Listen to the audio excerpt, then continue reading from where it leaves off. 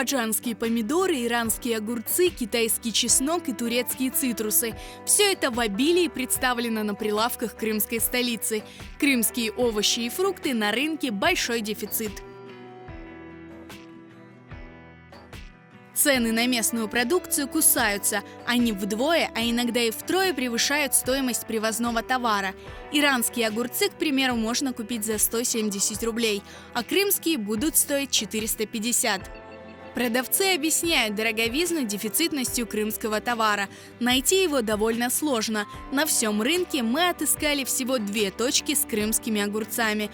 По словам продавцов, крымские товары чаще всего даже не доходят до розничного рынка.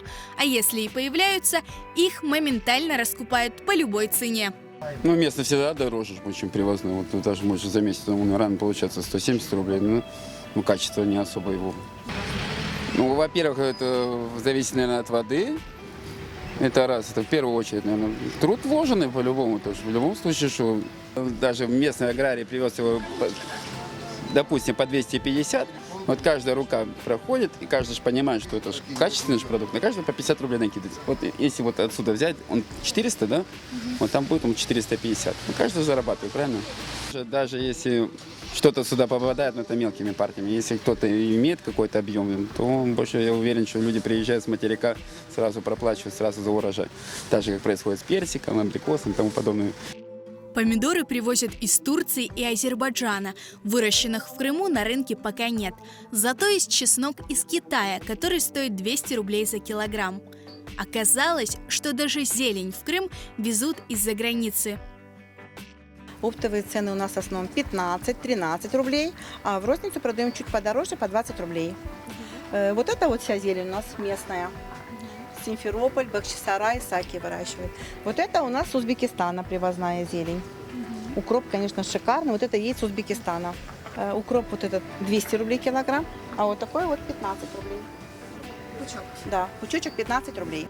Хурма на полуостров приехала из Испании, Турции и Азербайджана. Самая дешевая – азербайджанская, от 130 рублей за килограмм.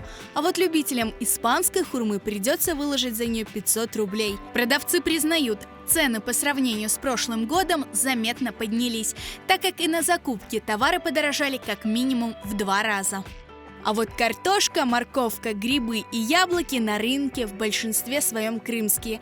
Цены на них варьируются от сорта и качества продукта. Покупатели признаются, цены высокие, и зачастую приходится выбирать между ценой и качеством. Никогда не волен, особенно в это время, когда подорожало. Ну, как вам сказать, кого они будут устраивать, если зарплата маленькая или пенсия маленькая? Я не обращала внимания, да, устраивает. Ну, ничего, пока еще терпит. Зима. Сегодня купил только яйца партизанские с машины. Грибы За сколько взяли? за 100. И что, вот как вам, вас не смущает то, что привозное намного дешевле, чем крымское? Не. Немножко подорожало. А что купила? Яблок купила, морковку, лук купила. А что? А цены устраивают вас? Ну, а куда денешься?